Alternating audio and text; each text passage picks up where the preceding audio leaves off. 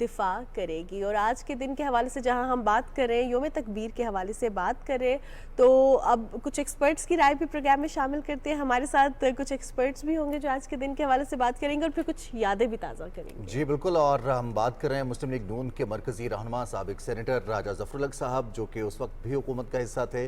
مسلم league نون کے دور حکومت میں دھماکے کیے گئے, تو اس دن کو یاد کریں گے, اس دن کے تمام واقعات کے حوالے سے ان سے جانیں گے. راجہ صاحب السلام علیکم. جی وعلیکم السلام. سر بہت بہت شکریہ, آپ نے وقت دیا. مبارکباد پیش کرتے ہیں آپ کو بھی اور پوری قوم کو بھی ایک دفعہ پھر, کہ آج 26 سال مکمل ہو گئے ہیں. کیسا دن تھا 28 مئی 1998 جب پاکستان نے دھماکے کیے تھے؟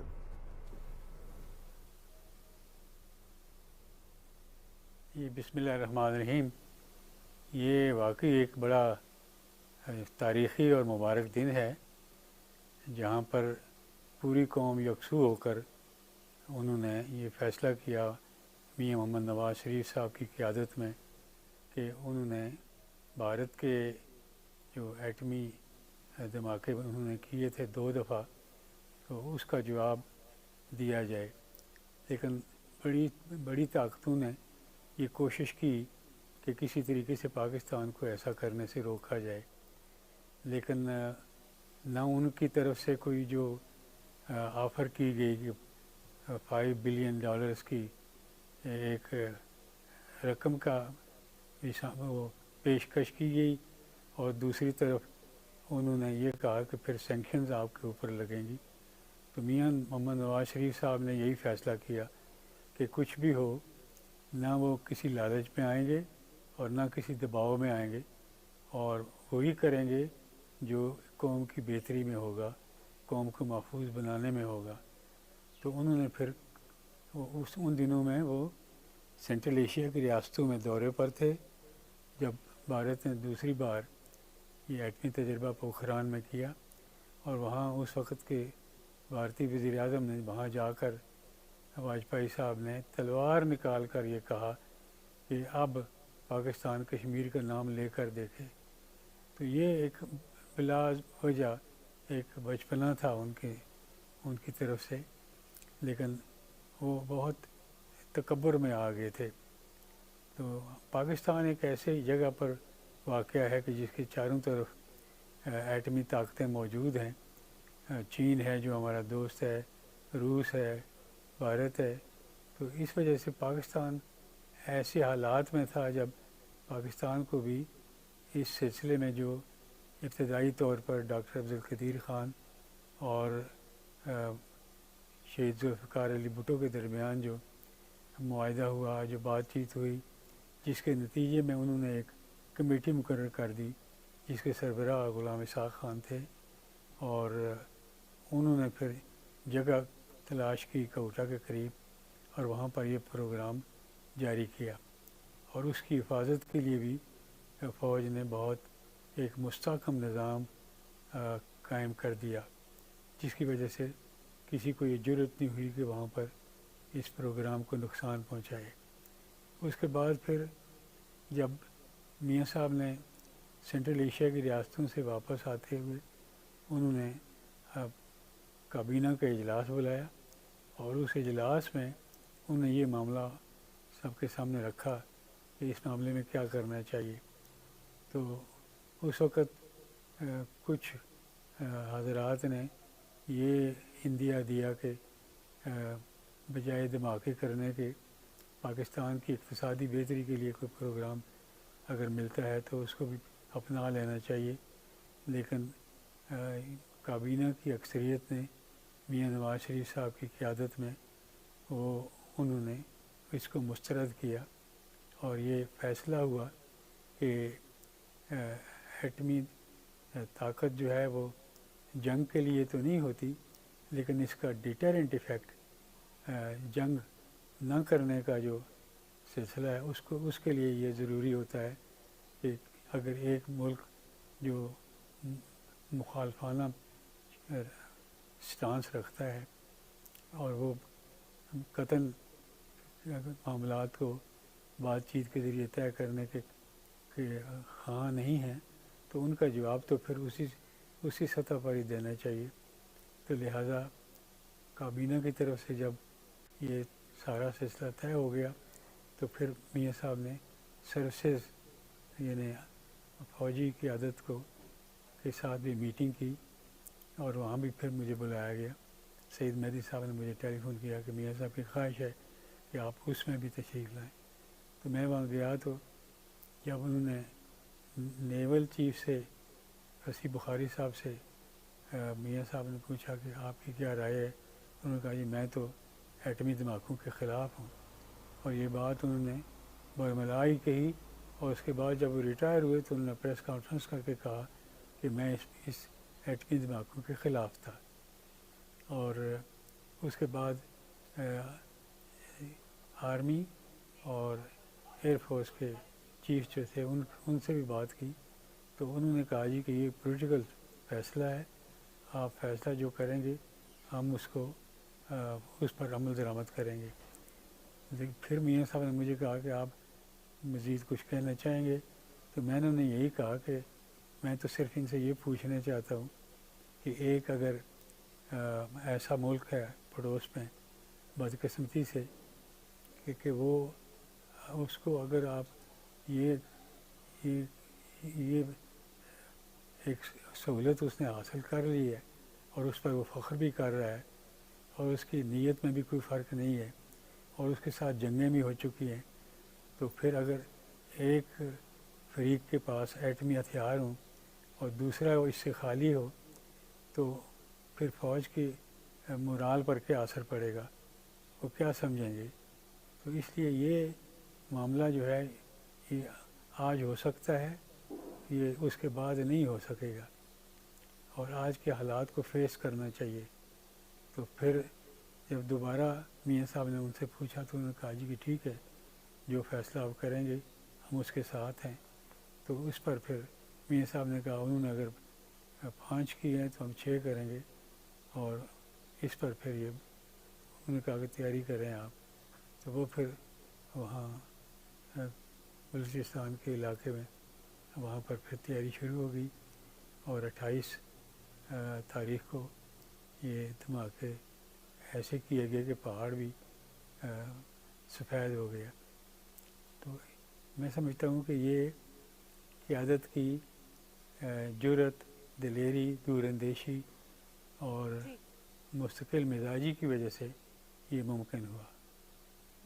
بالکل راجہ صاحب, آپ سے یہ بھی جاننا چاہوں گی جس طرح آپ نے کہا کہ یہ اس وقت کی قیادت کا بہت زیادہ جرأت مندانہ فیصلہ تھا. اب اس فیصلے کو اس وقت اسلامی دنیا کیسے دیکھ رہی تھی, کیونکہ پاکستان پہلا اسلامی ملک تھا جس نے اپنے نیوکلس کے جو ہے وہ ٹیسٹنگ کی, لیکن اس ٹائم پریشر کے ساتھ ساتھ ایک اسلامی دنیا کے لیے وہ رول ماڈل بھی بن کے ابھرا. تو اسلامی دنیا اس وقت کیسے دیکھ رہی تھی پاکستان کے اس فیصلے کو؟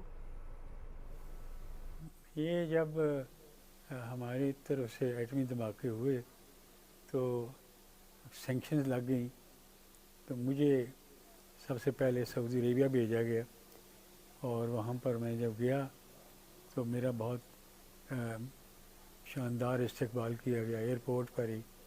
اور پھر مجھے وہ پیلس میں لائے اور اس وقت شافات جو تھے وہ ذرا بیمار تھے تو کراؤن پرنس عبداللہ جو تھے وہ میرے پاس آئے. انہوں نے کہا جی کہ آپ نے ہمارا سر فخر سے بلند کر دیا ہے اور ہم سمجھتے ہیں کہ اب ہمارا فرض ہے کہ آپ کے ساتھ کھڑے ہوں اور اس میں اگر کوئی دقت آتی ہے تو پاکستان کی ہر ممکن مدد کی جائے.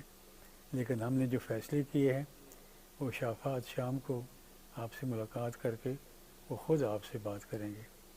تو شام کو جب میں وہاں گیا تو شافات صوفے کی کرسی پر تشریف فرما تھے. انہوں نے اٹھنے کی کوشش کی لیکن وہ اٹھ نہیں سکے. میں نے کہا کہ آپ تشریف رکھیں تو انہوں نے کہا کہ آپ نے ہمارا سر فخر سے بلند کر دیا ہے, ہمارا قد جو ہے وہ بڑھ گیا ہے, یہ کوئی صرف پاکستان کے لیے نہیں یہ پوری اسلامی دنیا کے لیے. تو یہ پھر انہوں نے کہا کہ ہم نے یہ فیصلہ کیا ہے کہ اگر آپ پر سینکشنز لگی ہیں تو اس کا توڑ جو ہے وہ ہم کریں گے اور آپ کے اخراجات جو ہیں وہ فارن ایکسچینج کے وہ ایک تو پیٹرولیم کے ہیں اور دوسرا یہ کوکنگ آئل کے ہیں. تو ہم نے یہ فیصلہ کیا ہے